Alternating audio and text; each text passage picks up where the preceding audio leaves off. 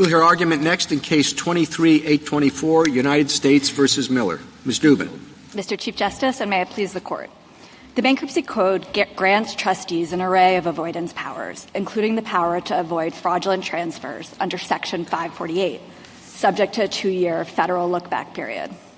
This trustee's claim is time-barred, so he's relied on a different code provision, Section 544B. But 544B has no application here. That provision looks to whether a real-world creditor can avoid a transfer under state law with a longer look-back period. Rather than leave that right to one creditor, Congress authorized the trustee to pull it into bankruptcy to benefit all creditors. But 544B doesn't come into play unless a transfer is already voidable under state law. 544B simply allows the trustee to piggyback off that existing vulnerability. In practice, that means 544B has a 2-level structure. The trustee must first identify a creditor with the right to avoid the transfer under state law. If so, he can step into the creditor's shoes and avoid the same transfer under 544B. But if not, he has no one's shoes to step into, and he can't use 544B to circumvent the code's 2-year look-back period. Here, any creditor's attempt to avoid these federal taxes under state law would obviously be barred by sovereign immunity and other obstacles. The trustee's parallel 544B action should therefore fail on the merits. Respondents' main argument is that Section 106A alters that analysis. But 106A waives immunity at the federal level for 59 bankruptcy code provisions. 106A plainly does not waive immunity for a state law claim outside bankruptcy. And 106A likewise makes clear that it does not alter the substance of the identified code provisions. Rather, it waives immunity so that those provisions can be applied to sovereigns according to their terms. And here, 544B, by its terms, allows a trustee to avoid a transfer if and only if a creditor could avoid that transfer outside bankruptcy. Nothing in 106A alters that requirement. The trustee's contrary theory misreads 106A and it misses the basic design of 544B. I welcome the Court's questions. Could 106 be written in a way that you can get around the immunity problem at merits level under 544? I think it could be, and I think the way you would do it would be to say something like, in actions under the identified sections, governmental units should be treated like private parties in like circumstances. There actually is an analogous provision like that in the code under the Federal Tort Claims Act. Congress did write something like that to make sure that the United States could be liable under state tort law under the terms set forth in that act. But I think that sort of bakes in this idea that Congress would have wanted that result, that Congress would have wanted the United States to be liable under a provision like 544B on the merits. And that goes to the fundamental premise of 544B, which is that 544B exists in the code in order to mirror liability that exists outside of bankruptcy. And I don't think there's any reason to think that Congress would have wanted to expose the IRS to liability under state law through a provision that only does what already exists outside of bankruptcy. Counsel, what federal causes of action, besides maybe the FDCPA, might a trustee be able to assert via 544B? That's probably the best example of what the trustee could assert vis-a-vis 544B. But usually 544B isn't used against the federal government, which I think is where I take it. That's where you're going with this. But we don't think that's a problem with our interpretation because 106A waives immunity as to 59 sections by section, not by subsection. And the waiver has an important role to play as to 544A vis-a-vis the United States. And that's because under 544A, waiving immunity allows the trustee to prime a tax lien against the United States if it's not properly filed. And that can have a huge consequence for the distribution of the estate to unsecured creditors. So just one more. Let me ask you that just about states. It's a slightly different question, but kind of same realm. The state amici say that if we construe this, if we construe it as the trustee wants, it's going to raise a constitutional question about whether Congress can abrogate state sovereign immunity under the bankruptcy clause. Is Katz your answer to that? I think Katz is the answer to that, but I also don't think that anything in this case requires the court to reach that constitutional question. I think there are various ways in which the code brings in state law, and as long as it brings in state law uniformly, in general, that is sufficient. But here the problem isn't that there's some constitutional obstacle to bringing in state law. It's that the way in which 544B operates is only to bring in state law when that transfer was already vulnerable under state law. So it's a problem on the merits. Thank you. Ms. Dubin, I actually wanted to follow up on the first question that Justice Barrett asked you. And I understand your response is that the waiver in 106 will still do work with respect to 544A, even if it does no work with respect to 544B. Is that the gist of your answer? With the small correction, it definitely does work as to the United States with respect to 544A. It also does work with respect to any sovereign that has exposed itself to state law outside of bankruptcy, and some states have done that under 544B. Sure. Okay. But 106 waives sovereign immunity for the federal government with respect to all of 544. It doesn't single out A. And I think the gist of your argument is that as you read 544B, 106 is effectively rendered a nullity. What's your response to that? Sure. So 2 points on that. The first point is that the way that 106 operates with respect to 544B is defined by the limitation in 106A and the nature of 544B. So 106A is a waiver of immunity as to those 59 code provisions that you referenced, but it specifically says in 106A5 that nothing in the section shall create any substantive claim for relief that doesn't otherwise exist. No, it doesn't create a new cause of action. I grant you that, but that's 544B, is what your friends on the other side would say, right? So it says both that it doesn't create any substantive claim for relief and it doesn't create any new cause of action. But critically, that takes us to 544B, which is what does 544B do? And 544B, what it does is it says that the trustee can mirror an existing state law right. So this transfer is already vulnerable. Well, it doesn't say that. It talks about voidable. It doesn't talk about void. It says voidable. What do you do with that? Sure. So voidable under applicable law by an actual creditor means that you look to the state law or to the law that's being invoked and see whether that transfer could be avoided under that law. And when you look to Utah law here, the way that a transfer is avoided, like in all states, is by bringing an avoidance action against a particular defendant. And Utah law, the applicable law being invoked here, makes clear that the identity of the transferee matters. You can't avoid a transfer, for instance, against someone who takes in good faith. So it's critical to understanding the applicable law who the defendant is. That doesn't apply. The good faith purchaser rule doesn't apply here, right? Right, but I'm talking about what 544B does. And I think what 544B makes clear by looking to whether someone actually had this right outside of bankruptcy is that what it's doing is saying this transfer already could have been effected outside of bankruptcy, so we'll allow the trustee to invoke that for the benefit of all creditors. If I understand what you're saying, and I'll let you go in a second, I promise, is that essentially the trustee steps into the shoes of a normal creditor. And that's how you read 544B.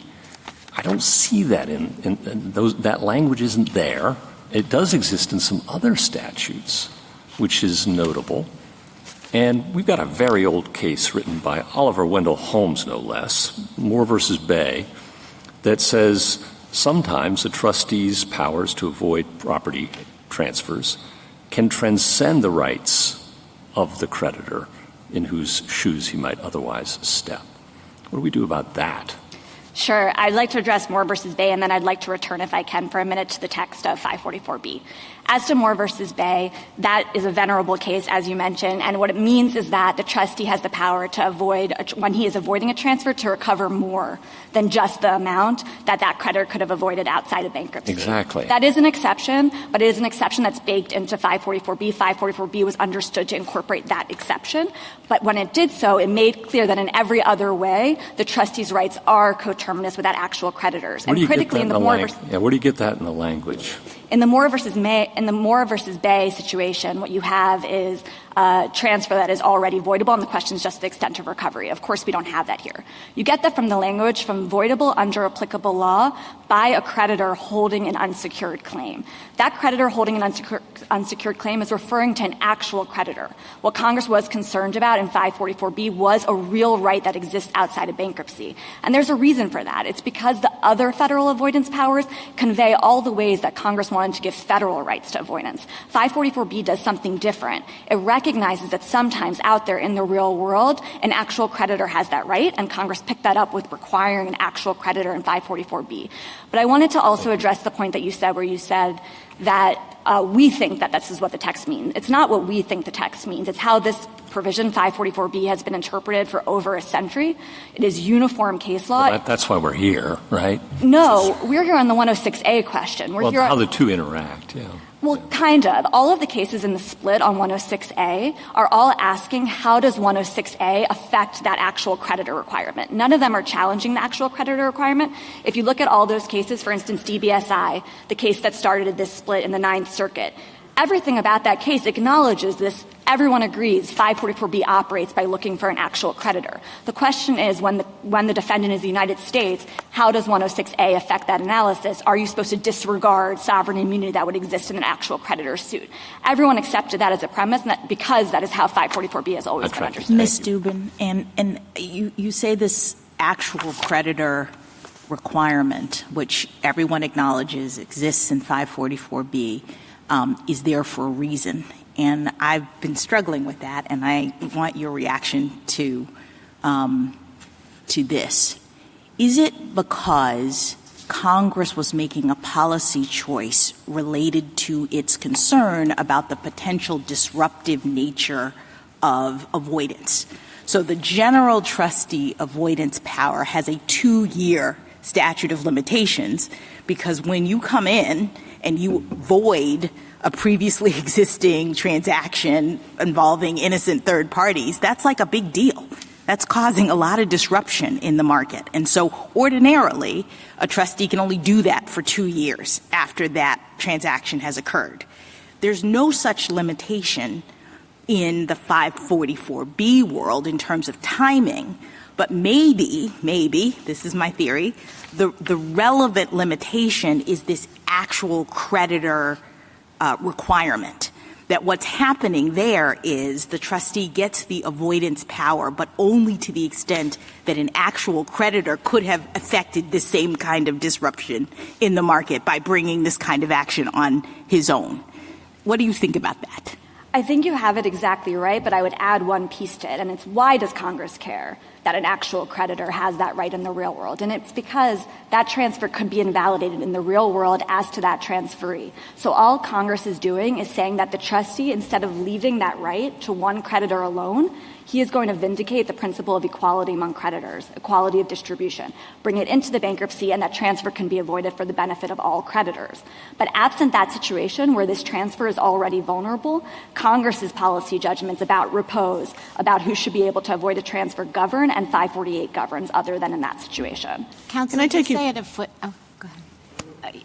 ahead. I think this will be quick. You say in a footnote in your brief, and this follows up on Justice Jackson's question, that the way this would work for the actual creditor who actually had the claim in the real world is that if the bankruptcy estate is closed and that person is actually still holding the claim, that they could then pursue it assuming that it was still available. How often does that happen? I think it happens. I don't know. I can't give you exact numbers, but it certainly can happen. It's not some fantasy. Of course, if the actual creditor has a right that the trustee can invoke and it's used in 544B, then there will no longer be the right outside of bankruptcy. But if, for instance, the trustee doesn't take advantage of that right or runs the statute of limitations within bankruptcy, then the actual creditor will regain the right when the bankruptcy closes. And it's same for if the transferee has the money and then if the actual creditor runs and grabs it before the trustee has a chance, then the trustee can't get it because presumably there's preclusion that would apply. That's right. Can I take you back to the distinction between 544B and 544A that you're drawing? And as I understand the difference between the two sections, it's 544B concerns an actual creditor and 544A concerns a hypothetical creditor.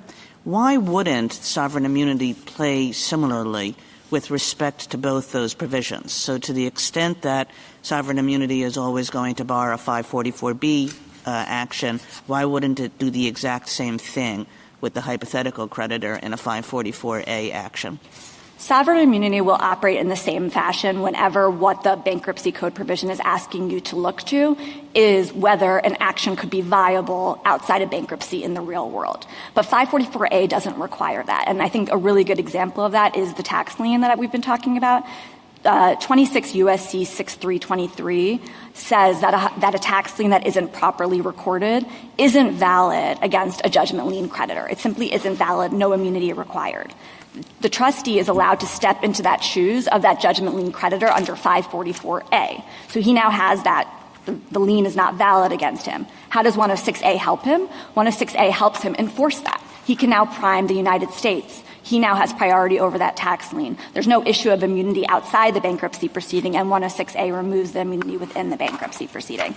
This is done quite a lot. The way it manifests in practical terms is usually when we have a tax lien that's not properly recorded, we will file as an unsecured creditor because we know the trustee can prime the lien. Of course, if 106A wasn't there, that wouldn't be the case.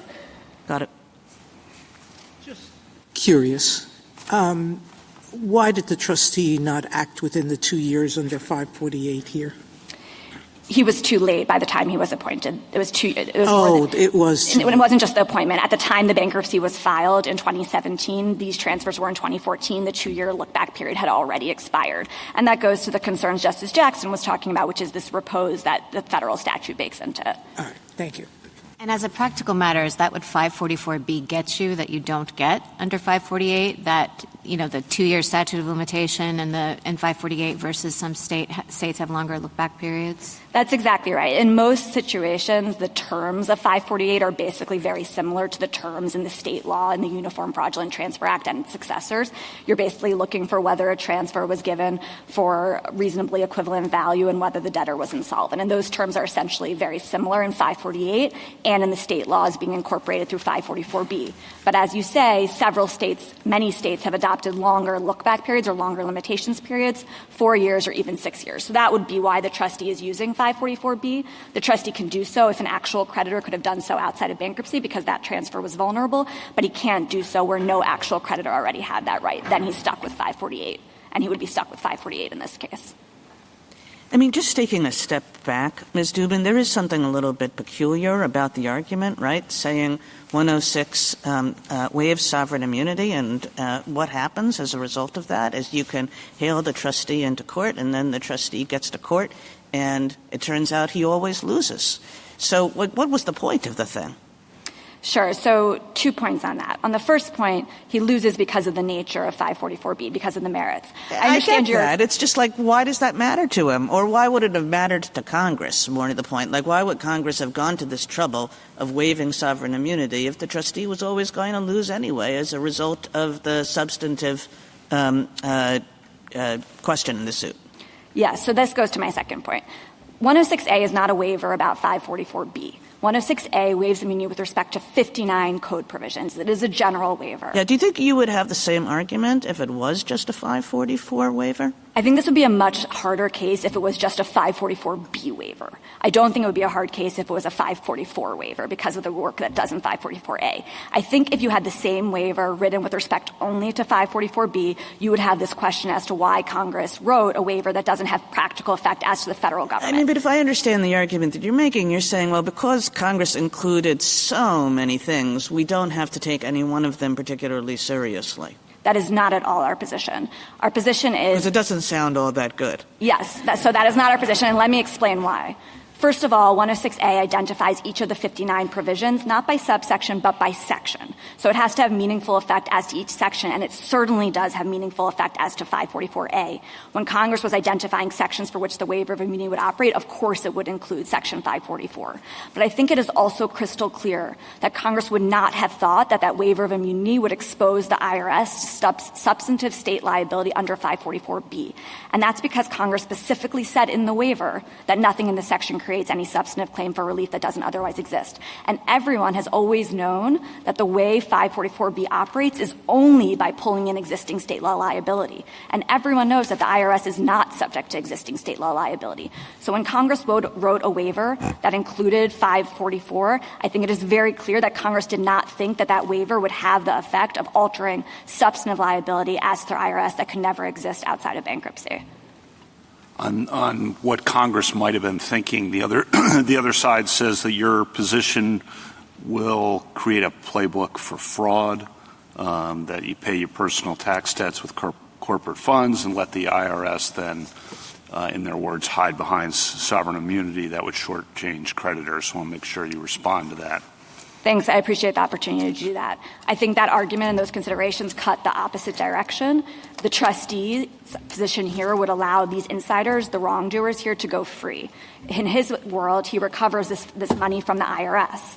He then cannot go after the insiders because he's entitled to only a single satisfaction under the bankruptcy code's provision.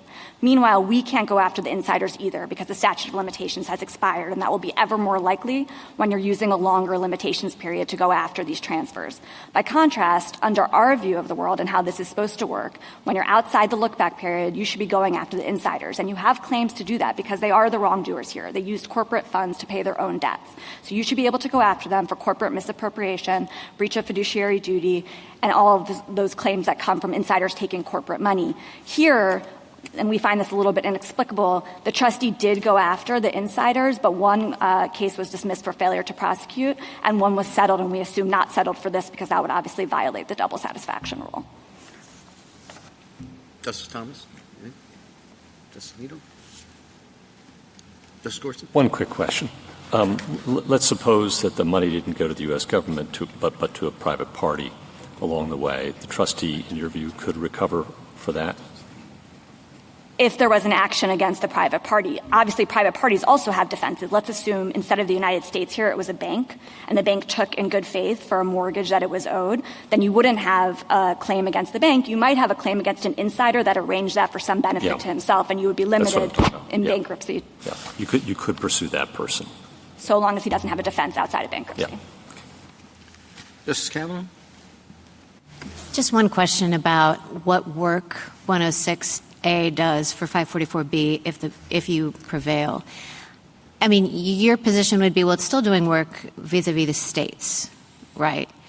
And is it odd? I mean, just kind of walk me through this double layer thing. I mean, as I understand your argument, it's that 544B has a nested cause of action in it under applicable law. So you're standing in the shoes of the creditor pursuing someone under state law. If under state law you could recover that money from a governmental entity that would otherwise have state sovereign immunity, then you have a claim that's been nested by virtue of the under applicable law. But because the vehicle through which the trustee is asserting that cause of action is 544B, you still need a separate abrogation of the state sovereign immunity to move forward, and that's the work that 106A is doing? Yes, that's right. Let me try to say it back to you and see if you think we agree. The work that 106A is doing as to 544B in that situation is the same work it's doing as to the other avoidance provisions that are referenced in 106A, which is these are federal code provisions. They would not normally apply to a sovereign absent a waiver abrogation of immunity. So you would, let's say, take 548, the federal fraudulent transfer provision. Normally you could bring that against a private party, but there's no indication you could bring that against the United States or against that state sovereign. 106A allows the trustee to assert that cause of action against a sovereign. Absolutely, the federal cause of action.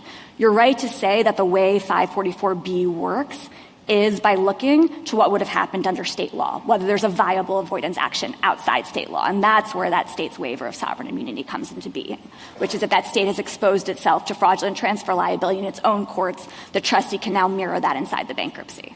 But absent 106A, under the way that you're viewing this, the trustee could not proceed under 544B. That's right, and that's the purpose of 106A's waiver as to the 59 provisions. It's to allow those federal code provisions to be applied, invoked, enforced against sovereign entities. That's the work it's doing. So the other side says, well, that's pretty weird because then you're looking for two waivers of sovereign immunity or an abrogation of two abrogations, a waiver and an abrogation that you have to double team in order to go. You want to respond to that? Yes, thanks. I don't think that our position is asking for two waivers. To the contrary, what our position is resting on the premise of is that when Congress made a provision like 544B, which turns on liability that exists outside the code, it doesn't mean to affect that by waiving immunity inside the bankruptcy proceeding. So we disagree with the premise that Congress wanted to accomplish this thing. But you're right to say that if Congress wanted to accomplish it, the way to do it would be it has to do something about 544B. And the answer would be to alter, the most obvious answer would be to alter the way 544B operates. And instead of operating on the basis of an action that's actually viable outside bankruptcy, which again is not our interpretation, it is the uniform understanding for over 100 years of 544B and its predecessor provisions, would be instead of requiring that, it would say something like in 544B, transfers to the United States are avoidable to the same manner and the same extent as transfers to a private party, similar to what Congress did in the FTCA context. Justice Jackson? I think the thing I found interesting in the exchange you just had with Justice Barrett is that she approached the analysis by starting with 544 and you started with 106A. And I wonder if that might be the sort of, to the extent there's any disconnect, and I don't think there is, but the framing is slightly different. You say we need the waiver of sovereign immunity to start to allow for the trustee to bring an action, and then to determine whether or not that action can proceed or is successful or whatnot, you go to 544, which says you have to allow the trustee can proceed only to the extent that he could, that an actual creditor could outside of bankruptcy, and sovereign immunity there can do the work to prevent the trustee from proceeding. Is that how you're viewing this? I actually don't think it matters where you start. I think where Justice Barrett started was perfectly fine, too. Okay. This is more just conceptually trying to understand what's going on here as sort of a whole code. What is Congress doing here? And 106A absolutely waives immunity as to these federal code provisions. It doesn't matter whether you do that at the end of the analysis or at the beginning of the analysis. But when it does that, it specifically says it's not altering the substance of those provisions. So what do you do as a court adjudicating an action brought under one of these provisions? You go look at what are the substantive terms. For most of them, the substantive terms don't implicate something happening outside of bankruptcy. But 544B works differently, and it's long been understood to work differently. You have to go look at what's happening outside of bankruptcy. And nothing in 106A suggests that Congress meant to affect what's happening outside of bankruptcy or that requirement that you look to what's happening outside of bankruptcy. Essentially what the trustee is asking for here, and it's a little hard to put it into words, but we both agree that 106A waives sovereign immunity at the federal level. We also both agree that 106A does not waive immunity at the state law level. So what she's asking for is that when you look at the 544B's actual creditor requirement, you close your eyes or you disregard sovereign immunity that hasn't been waived, that continues to exist. And that's where the theory is wrong, and it's why the 544B claim fails on the merits. Thank you. Thank you, counsel. Ms. Blatt?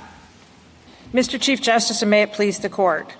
106 waiver with respect to 544 means that trustees can avoid fraudulent transfers inside bankruptcy even though sovereign immunity applies outside bankruptcy. With respect to, even read very narrowly, means directly relating to 544. And the waiver that concededly applies to the trustee's claim has the same direct relationship to the incorporated state law elements. No textual or logical distinction exists between the two. 106A2 also lets courts hear any issue respecting 544's application to governments, so courts can thus hear these claims without regard to sovereign immunity.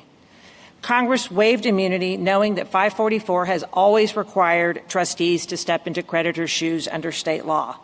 By waiving immunity, Congress clearly expected trustees to sue governments by relying on state law.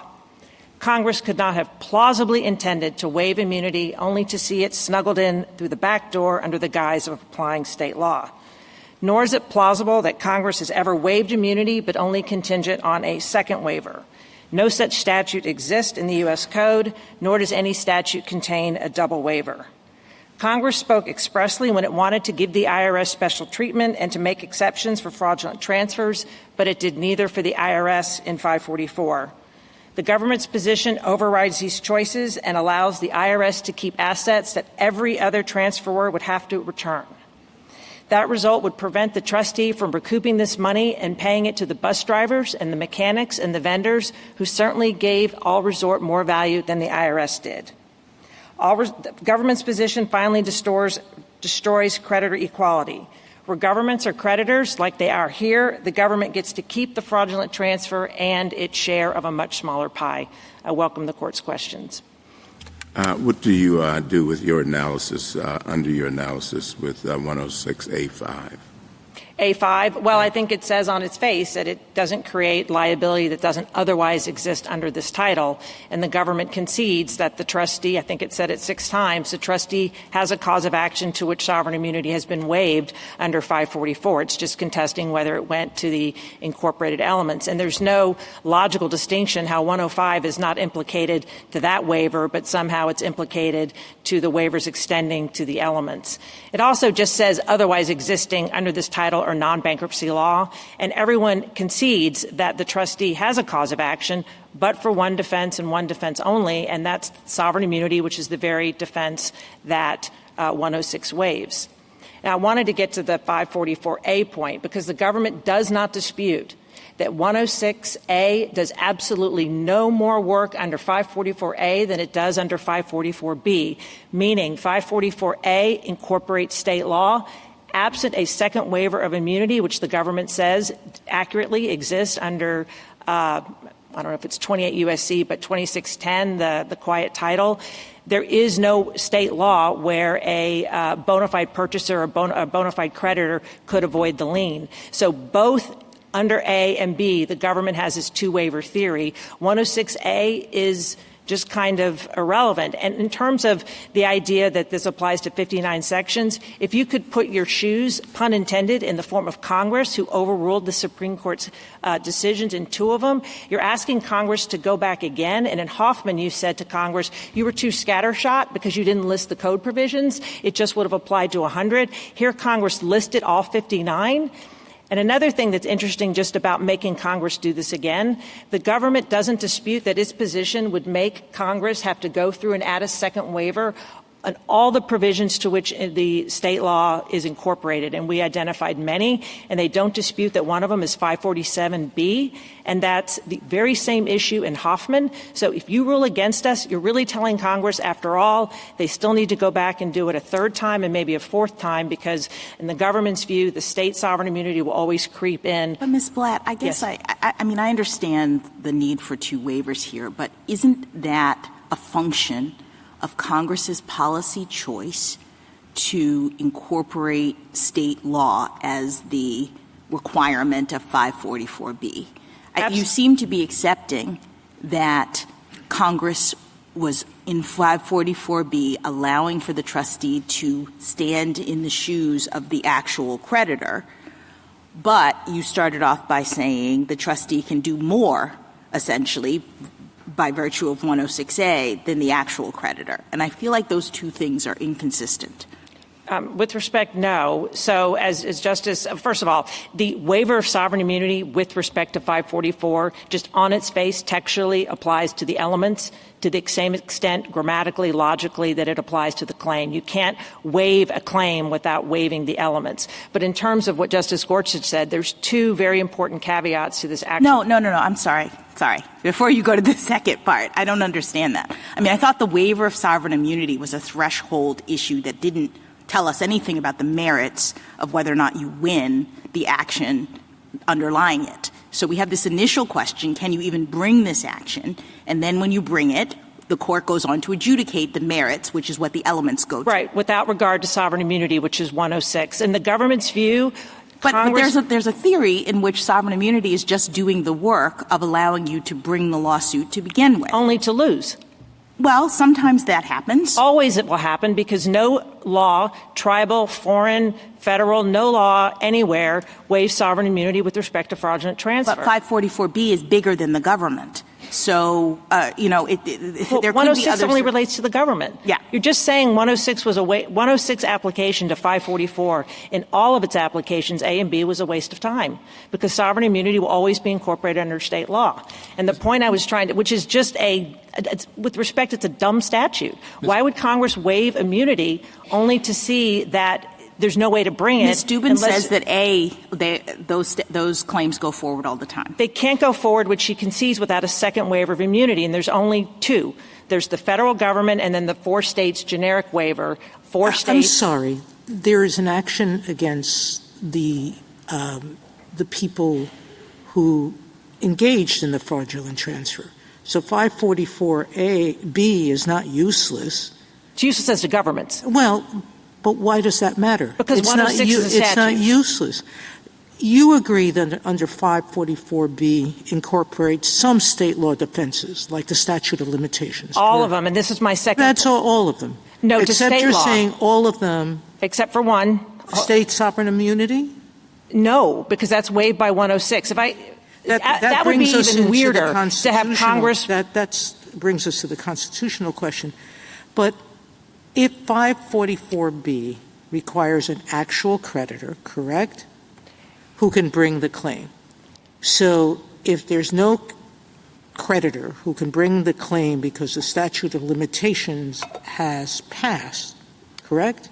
Correct. That the actual creditor requirement assumes that all state law elements are met with the exception of one. And the other thing I was going to make, because it is conceded under state law, Robin Salazar here, the actual creditor, could not recover more than her $55,000. So there's an absolute state law bar. So the trustee can sue the people, the insiders, who made this fraudulent transfer, correct? Right, and he tried. It was not dismissed for failure to prosecute until it's settled. I don't know why, but he could have. He did. He did. One of them he settled with. The other, I don't know what he didn't. He went bankrupt. He went bankrupt. But they took over $2 million out of the estate. I'm not sure why we're going to have to incorporate 106B into the state law defenses. I think we're saying incorporate the waiver of sovereign immunity into the only way the trustee can bring this claim, which was relying on state law. The other just... All right. Thank you, Ms. Blatt, if I might just turn us to 544B, where I think, the rubber meets the road. And the view I think, is common ground that the trustee steps into the shoes of the creditor. And then the question is, what does this voidability language mean? And one view is, well, you got to look at to whom the transfer was made. I think that's the government's view, that matters. Yeah, the statute doesn't say that. If I might. Yeah. We're almost there.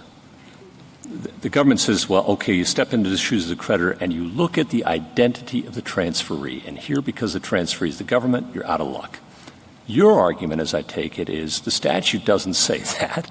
It says you ask whether the transfer is voidable by the creditor, and by the debtor here, whoever he is. And is it voidable? And that transfer is voidable because it was done unlawfully, fraudulently. And when Congress wants to identify the transferee and make a difference there, it does so. For example, it protects good faith purchasers in some other statutes. Have I got the gist of the dispute accurately there? That's correct. And Justice Sotomayor, what's critical to understand is the government's view is that the trustee illegally went after the insiders because they too would be able to assert sovereign immunity. Their view is the trustee, because this went to the United States, it will always block any transfer because the United States, there's no way to ever get at this money. So the trustee, if it ever goes to the IRS, which has over 10 years to seek 10 years, which is a lot longer than the 4-year statute of limitations to go after tax liability and is a lot more capable than I would say the bus drivers and the workers who work for this estate. The trustee is not here for his personal benefit, but to get money to people who need it. Can I ask you a follow-up to Justice Gorsuch's question?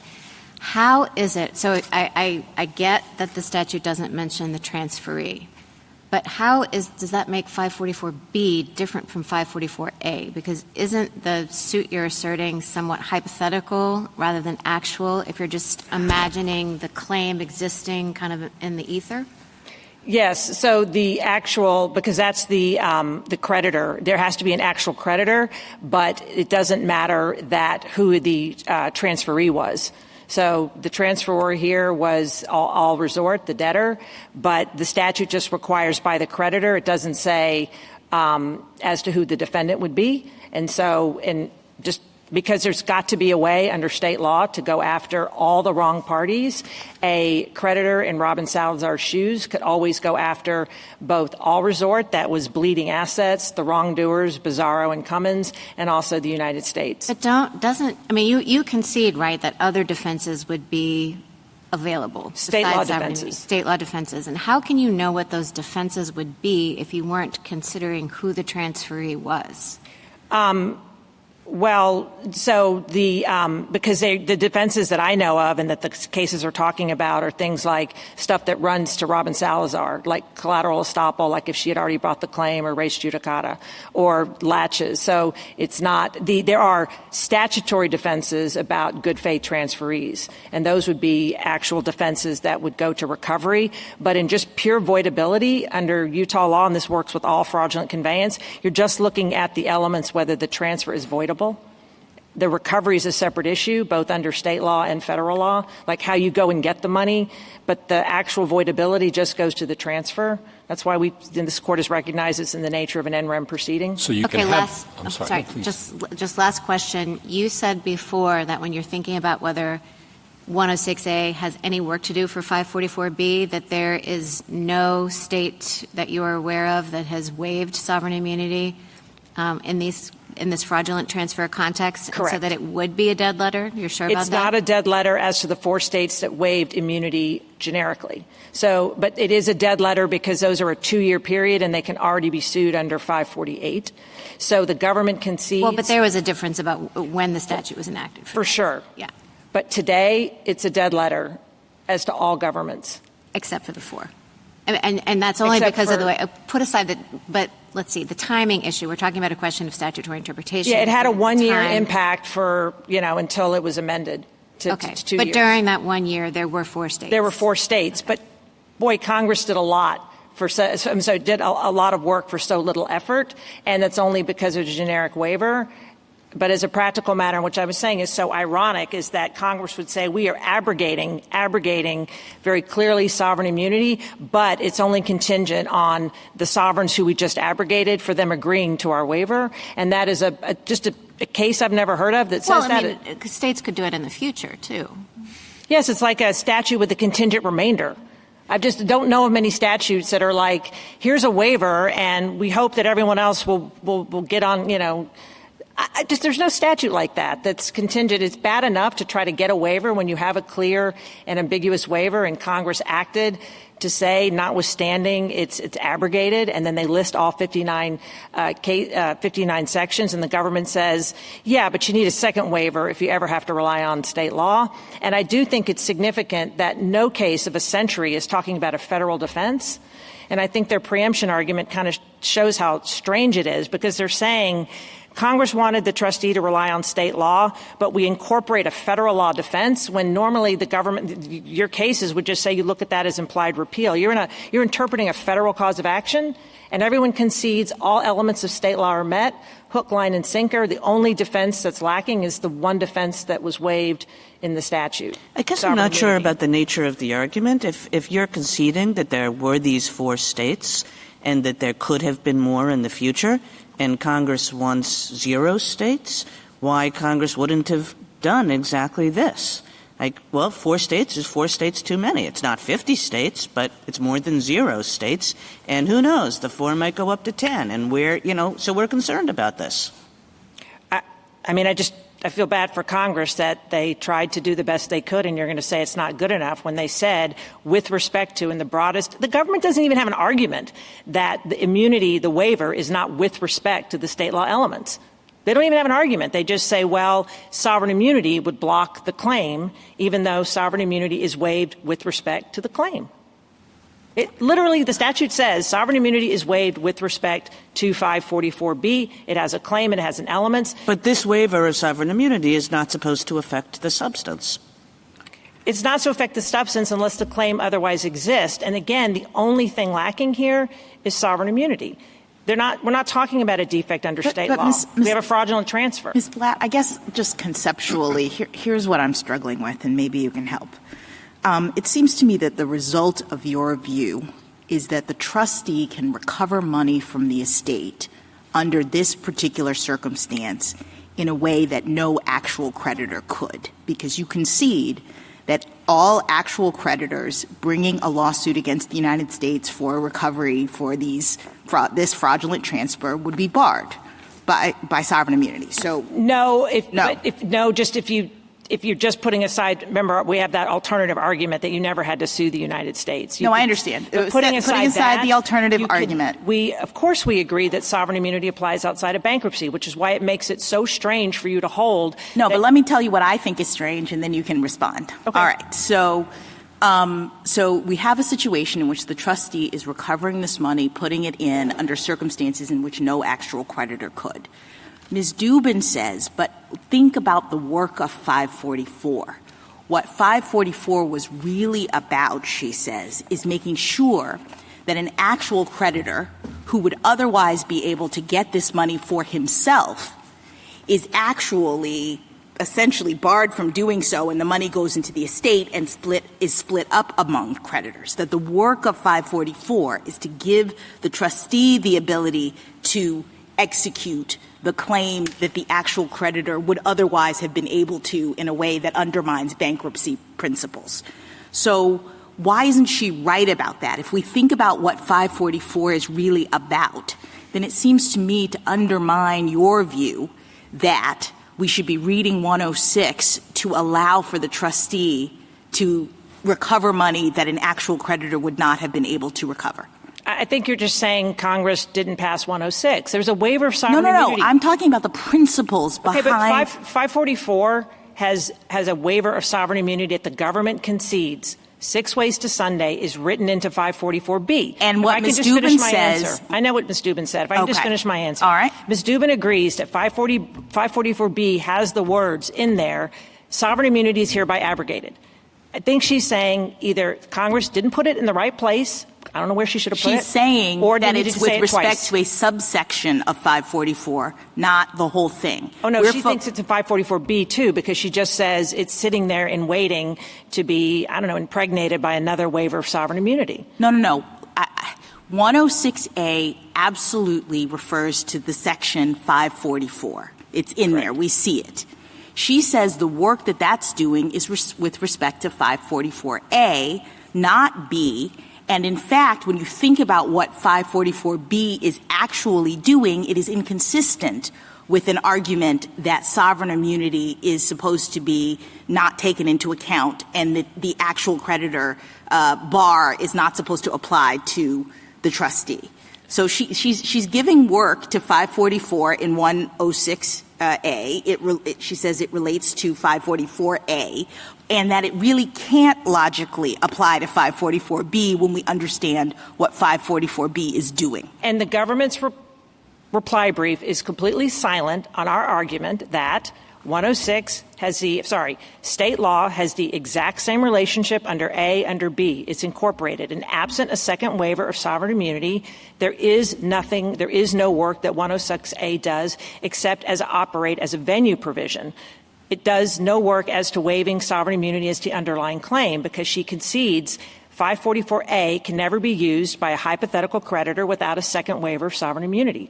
So under all of 544, it operates as a contingent waiver. Isn't that what she's also saying with respect to B? She's saying there's no second waiver here and you need it. Correct. So you have to – no, but I think that makes her argument consistent. It's definitely consistent. Right. She's saying 544A can go forward despite 106 because there's a second waiver. Here there's not, so there shouldn't be. And all I'm saying is that there's no case nor any statute that has a waiver of sovereign immunity, certainly not with respect to a section, that says we waive it as to the claim, but if you can only bring the claim and succeed on it if there's a second waiver.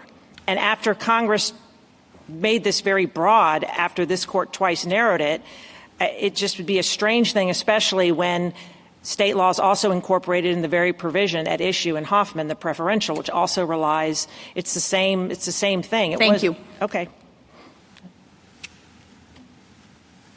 There are no questions. You can continue.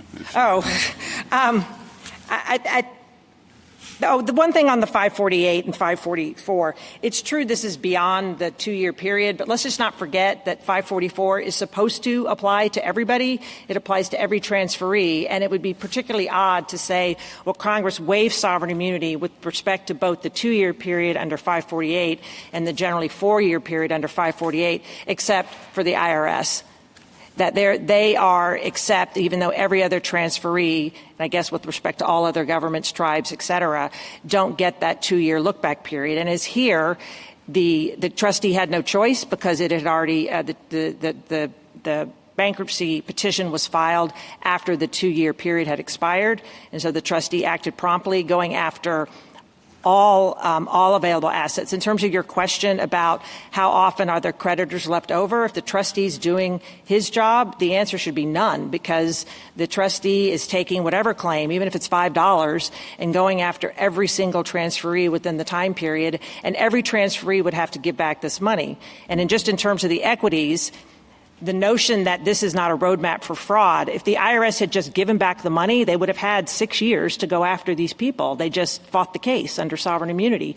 But they will always have 10 years, and this has a 4-year statute of limitations. The government itself has a 6-year fraudulent transfer statute, so they have 2 years longer than all the states does.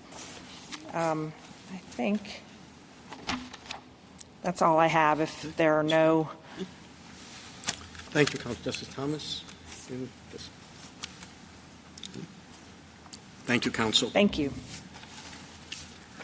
Rebuttal, Ms. Dubin. Thank you, Mr. Chief Justice. Justice Jackson and Justice Barrett, you were both asking about 544A, and I just want to clarify something. 544A does not require a second waiver of sovereign immunity. 26 U.S.C. 6323 gives a hypothetical judgment lien creditor the right to prime a federal tax lien that isn't properly recorded. There's no suit required to do that. It just means that that tax lien is not valid against that hypothetical judgment lien creditor. The trustee can then step into the shoes of that judgment lien creditor. Again, no waiver of immunity required, and that is all encompassed within 544A and 26 U.S.C. 6323. Where 106A comes into being is to allow the trustee to effectuate that right within the bankruptcy proceeding, to bring an adversary proceeding, to do things to make sure that it is enforcing the priority of that lien. Second, I wanted to come back to Justice Barrett's question about the defenses that a transferee could raise. This is in the red brief appendix at 9A, which is also Utah Code 2569. The good faith defense is defense to a transfer, not to avoidance, not to recovery. The third thing is that the trustee said that, in our view, you can't go over the insiders. That is not correct. You absolutely should go after the insiders and can go after the insiders. Our point is that going after the insiders in an avoidance action doesn't affect the rights of the United States. It just affects the transfer vis-a-vis the insiders. Justice Gorsuch, you asked a few times about the argument that 544B looks and requires an actual creditor.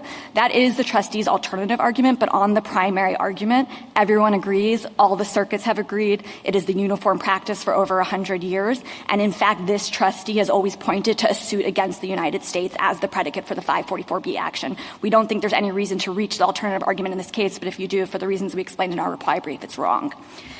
Finally, stepping back and moving to the primary argument, there's been a bunch of questions about 544B and what Congress would have wanted here. And the point that we've been making is that 544B has always been understood as a provision that brings liability that already exists into the bankruptcy code. There's no reason to think that when Congress generally waived immunity as to 544 and specifically said that it was not affecting the substance of those provisions, that what it actually was doing was creating new liability that had never existed against the United States under state fraudulent transfer law. Finally, on 106A, we think we have the much better reading of the text of 106A. The trustee's reading essentially hinges on the words "with respect to," which cannot bear that weight. And if you add in the clear statement rule, we think we certainly should prevail on the text.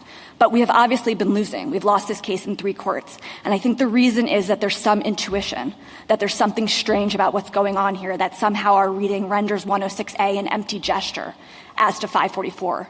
But that's not right for the reasons we've discussed today. Under our reading, 544A has important meaning as to the United States, and 544B has meaning as to any sovereign that's waived its sovereign immunity from a fraudulent transfer action, as 4 states have done. But the trustee is right that his reading would mean that 544B would have more effect as to the United States. But I submit that that's a bug, not a feature of the trustee's reading. I don't think that Congress wanted to expose the United States to fraudulent transfer liability based on the terms set by state law, and I think we know that from the text of 106A. But Congress also passed a federal fraudulent transfer provision in Section 548, and it selected a 2-year look-back period. And there's every reason to think that Congress intended that look-back period to apply to the IRS, not indeterminate limitations periods set by 50 states. We ask that you reverse the judgment below. Thank you, counsel. Case is submitted.